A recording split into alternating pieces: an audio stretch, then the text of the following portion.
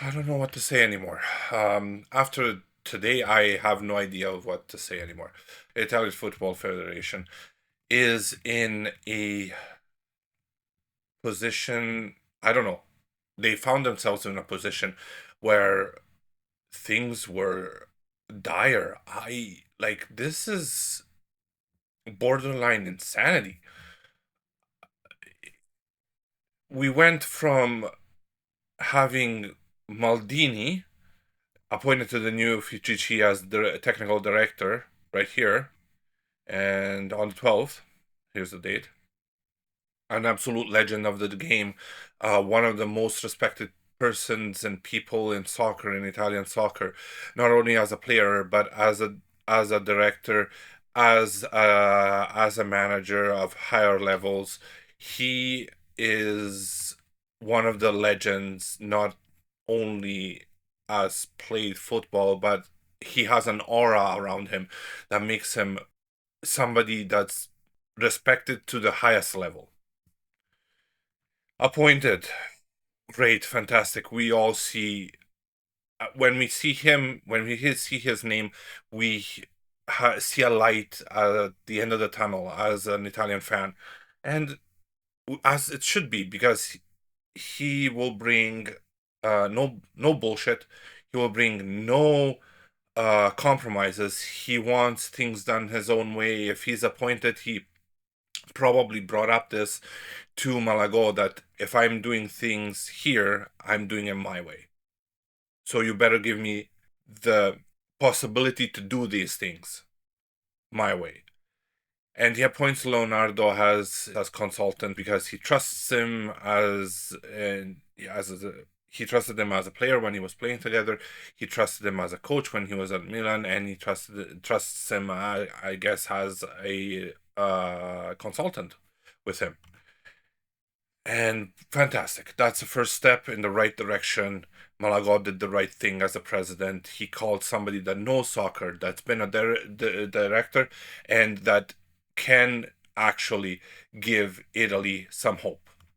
Perfect. Great first step. That's the way we do it. After that, they go after Guardiola. Things don't go the right way. As you can see here, Pep Guardiola were contacted, and Carlo Ancelotti was contacted. Didn't go their way. Their next step was to contact Andrea Pirlo. And I already made a video about this. I already expressed my thoughts about this. They seemed that they were absolutely 100% convinced that Pirlo was the right person for this job. They basically hired Pirlo. That's what they did. They hired Pirlo. It was their man. He was supposed to be announced. It's happening. He's going to be the new CT for the Italian soccer team, for the Italian football team, under this new course, with new blood, and with a project that's being led by Paolo Maldini. Did not happen. Did not happen because Pirlo was found that after basically being hired, that he had a sponsorship with a Russian betting company. I don't know what happened. I don't know how this was not brought up in meetings. I don't know how this was not discussed before. I don't know if they thought that this would have not been a problem. But based on geopolitical events happening in the world tied to politics in Italy, this is something that would have not been accepted at all, regardless of your political affiliation. Whatever happened because he was backing Russians, Pirlo would have not been in the right light as a shitty in Italy. So this comes up, political discussion starts, the buzz on the internet starts. Pirlo is put under enormous pressure in social media, which is never a fun thing to go through. He literally is not allowed to be the chitti. He is the one that goes online and tells people, hey, I'm pulling myself out of this race. I cannot be Italian chitti, considering what is happening in the world. He says that this commercial arrangement that he had with this betting company in Russia came because of the agreement with the Saudis and where he went to work with. It does not reflect his political view of what's happening in the world, but still he doesn't feel like he can go through with this job. So basically being the first choice of Maldini, but then listening to Malagò, which Malagò said, no, we should go after Pep, or we should go after Carlo Ancelotti and try to make a move for them. Even though Maldini, I'm pretty sure, was convinced from moment number one that Pirlo was his man. He listened, they tried to negotiate, didn't go well, so Pirlo falls in the position, and Pirlo is the one that's supposed to be being chose as the chitti. This does not happen. After this did not happen, we have another problem and another shock to the system. Paolo Maldini resigns after 16 days because Pirlo was not accepted. So Paolo Maldini, which was the light and hope of all Italians, is not in the position anymore. Which sucks, but is to be expected from a person like Paolo Maldini and from a person that has chosen no compromise ever. It happened in Milan, he went away. It happens here, he went away. Pirlo was supposed to be the guy, he's not the guy, he's my choice. I don't know if he resigned because he thought that it was his responsibility, that Pirlo decided to resign because of what happened. So I chose Pirlo. He was my number one, my only candidate. I have nobody else. I didn't think of nobody else. It was my mistake. I'm resigning, or I'm resigning because I was not allowed to choose Pirlo because of political problems and interactions. And so I'm in my job. I have decided that this is how I'm going to run the business, since you are not allowing me to run the business the way I want to run it by choosing whoever I want to choose for the chitti. I'm leaving because I'm never going to be able, if I don't make this decision, if you're not allowing me to make this decision now, it means that I'm never going to be allowed to make this decision, other decisions in the future that I need to make in order to see through my my project with the Italian Football Federation, the FIGC. I don't know which one it is. I'm not sure of what's the truth. A lot of people can say whatever they feel saying. Only Maldini knows the truth about this. Only Maldini can tell us what actually happened. But the fact is that the fact that Pirlo was not chosen brings him to resign and Leonardo to resign. That's the huge shock to the system that came in the last 16 days. I don't think that there's been a roller coaster ride like this since probably 2006, when Serie A was shocked by Calciopoli, and then after that went to win the World Cup. I think that this is very close to that roller coaster ride of what happened in Italian football. I'm putting it very close to that. After this, after they resigned, there was other names thrown out there. Giorgio Chiellini was one of them. The Gazzetta reported that Chiellini did not want the job, that he wanted to work with Carnevale at Juventus. So he's not going to take the job. He's honored, but he won't take the job. He wants to keep working with Juventus. Then Malagò goes and says, I'm going to choose the coach, I'm gonna choose the DT at this point since Maldini has resigned. I'm gonna choose both of them, and I'm gonna make the call. The call is Mancini.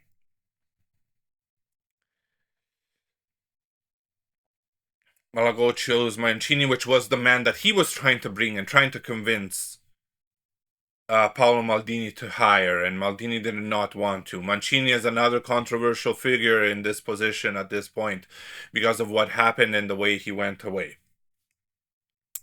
Not everybody and most people, I think that most people actually are not happy about Mancini being hired in this position because of how things ended up the last time. Basically, just to recap quickly, Mancini was leading Italy. He led them to a European Cup, won, beautiful.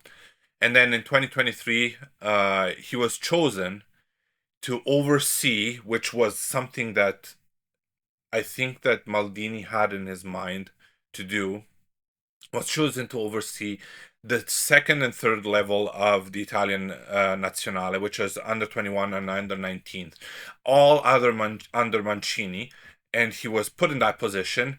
And then after a week or 2 weeks put in that position, I can't remember the timeline about that. But after he was put in that position, he resigned and he went to take a huge bag of money in Saudi Arabia. Did not go well for Mancini in Saudi Arabia either. The matter of the fact is that public opinion thought that he took the money instead of saying in his position as the Italian CT and as overseer of the other two levels of the Italian national team. And he went away. He took the money and ran away with that, leaving Italy in a precarious position at that point because he also failed one of the qualifiers to a World Cup at that point, and but he was still kept in as CT, but left Italy in a precarious position because they were scrambling after that. They were not expecting him to resign, and Mancini leaves. Public opinion just roasted him. But now Malagò decided that he is the right person because probably just for the simple fact that Italy played the best soccer and the best football in the last 10 years under Mancini.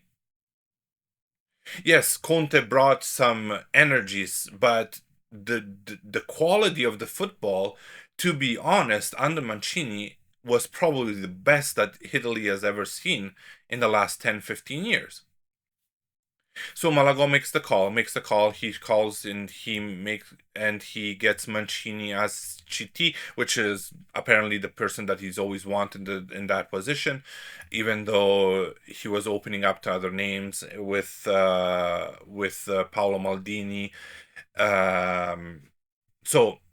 And he calls Ranieri as DT, as technical director, instead of the resigned yesterday Paolo Maldini. So,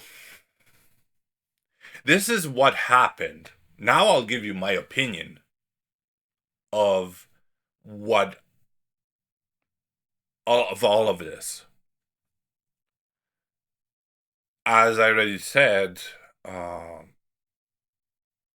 the look of this is absolutely horrible for the Italian Football Association and for Italian football in general.